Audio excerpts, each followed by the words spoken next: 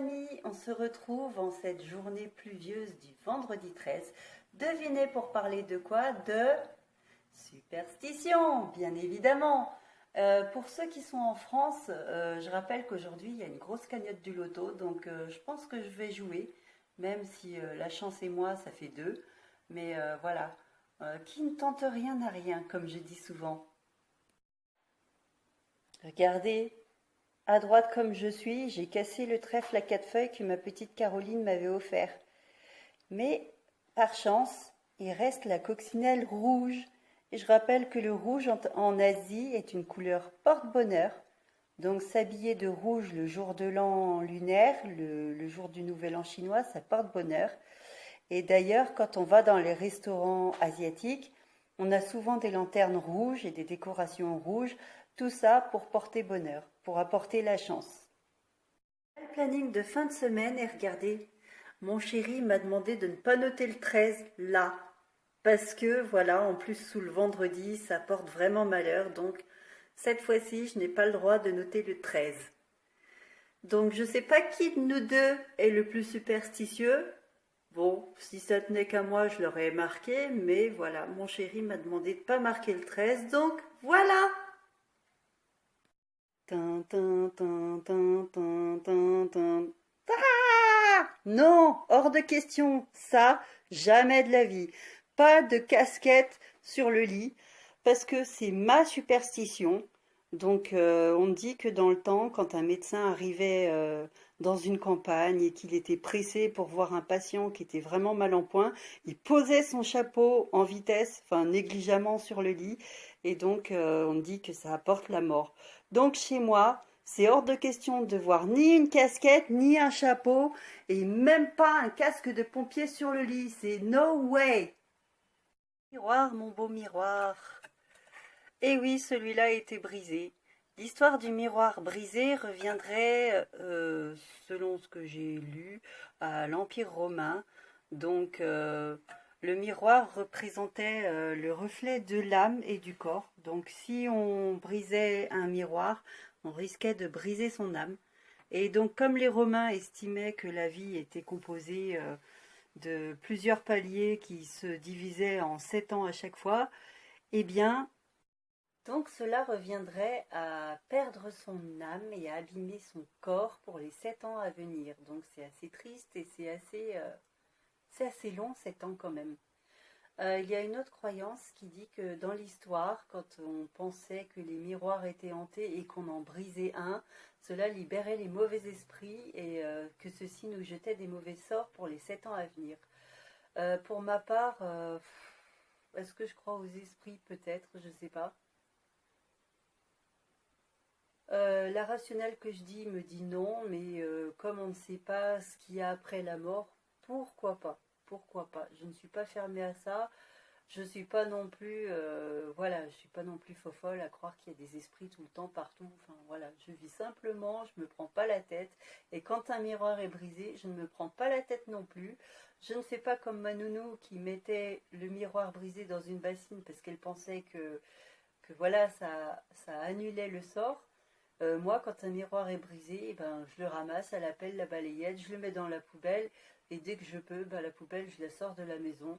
Bon, peut-être parce que, voilà, intérieurement, peut-être pour chasser les mauvais esprits, mais non, j'y crois pas trop en fait. Mais pourtant, je sais pas, je garde cette superstition, c'est un truc bizarre chez moi. Et la superstition sur le pain, on ne pose jamais un pain à l'envers, je ne vais pas le faire, mais on ne pose jamais un pain à l'envers comme ça sur la table. Donc ça, j'ai toujours entendu dire, mais comme j'ai travaillé dans la restauration, moi j'ai toujours pensé que c'était pour plus d'esthétique. Voilà, c'est plus joli le côté là du pain. Mais je ne savais pas que c'était une superstition de poser un pain à l'envers. Depuis que mon chéri est maniaque là-dessus, je fais toujours très attention, quoique j'ai toujours fait attention à ne pas faire ça. Alors là, c'est la maison de Barbie de Caroline. Donc il y a toutes les Barbies qu'on veut, toutes. Elles sont entassées pêle-mêle parce que mademoiselle n'a pas rangé. Et regardez de l'autre côté des Barbies. Qui c'est qui est là? Ça, c'est la poupée anti-superstitieux. Elle a été mise au rebut. Elle est magnifique avec sa jolie robe, sa jolie crinière rouge. Mais regardez, c'est un chat noir qui porte sur la robe le numéro, je sais pas si on voit bien, le numéro 13. Voilà, le zoom il n'est pas terrible. Enfin, voilà. Donc je vais la prendre, cette demoiselle. Donc voilà, elle a le numéro 13 sur la robe.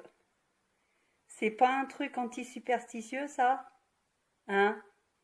Donc quand mon chéri a vu cette poupée et quand il a réalisé que c'était un chat noir avec le numéro 13, il a dit à Caroline, mais pourquoi tu achètes celle-là? Il y en a d'autres qui sont tellement plus jolies. Pourquoi celle-là? Bah parce que Caroline a eu un coup de cœur, comment dire, un coup de cœur éphémère. Donc là, vu qu'elle joue plus du tout avec, je pense qu'à la prochaine brocante, elle va se faire vendre.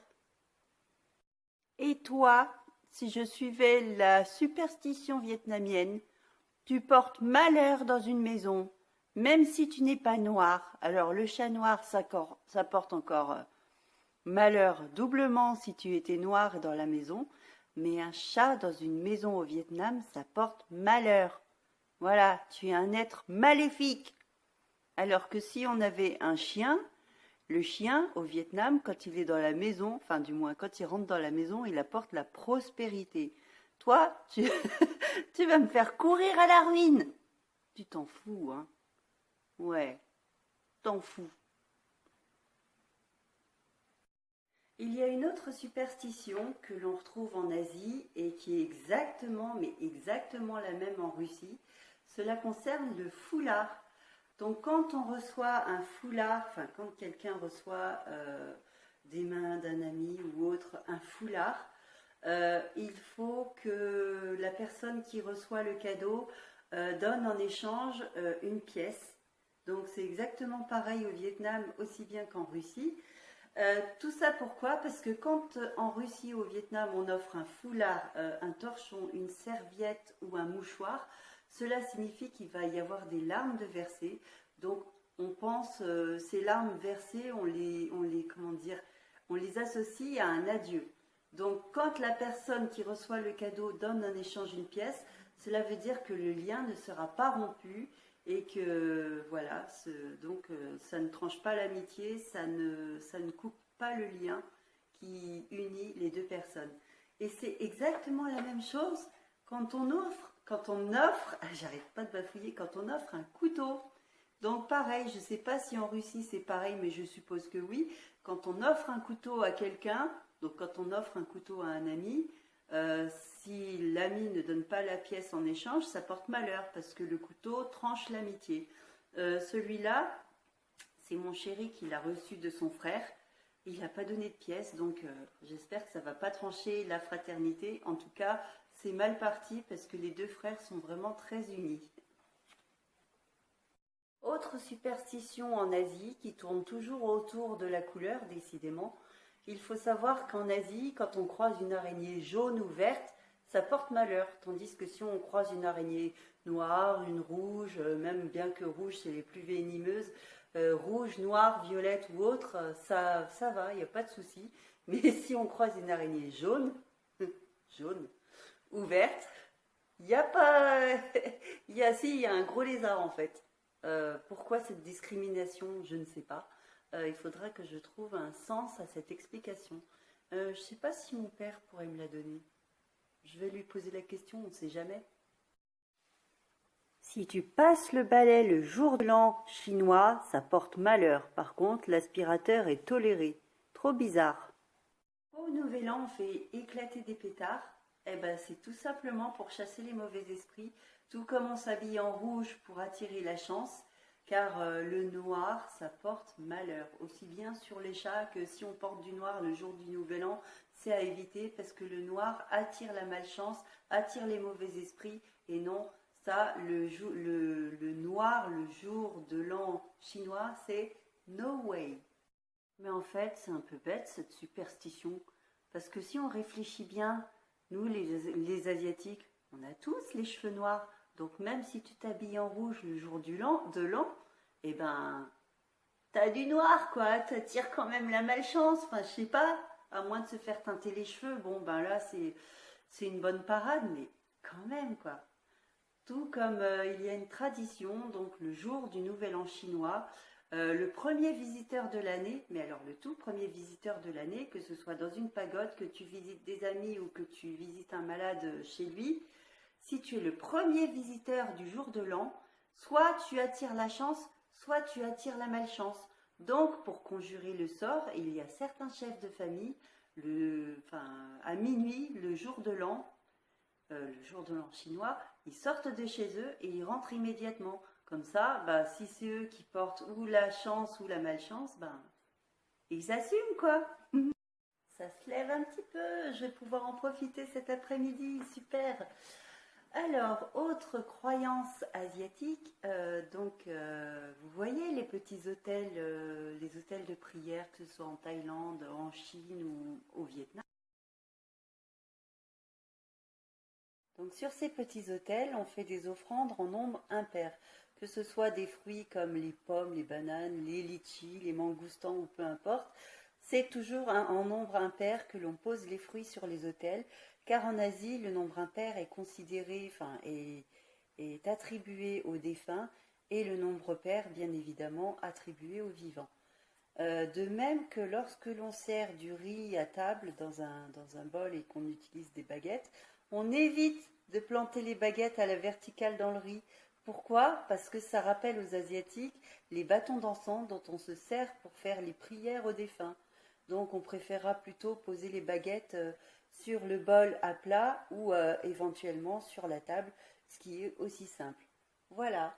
Donc j'espère que le tour des traditions, des croyances et des superstitions vous a fait plaisir, surtout les superstitions vietnamiennes que j'ai redécouvertes.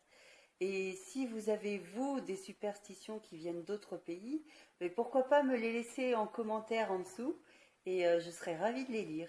En attendant, je vous souhaite un bon vendredi, même si on est le 13, et bonne journée à tous. Gros bisous, à bientôt, ciao ciao.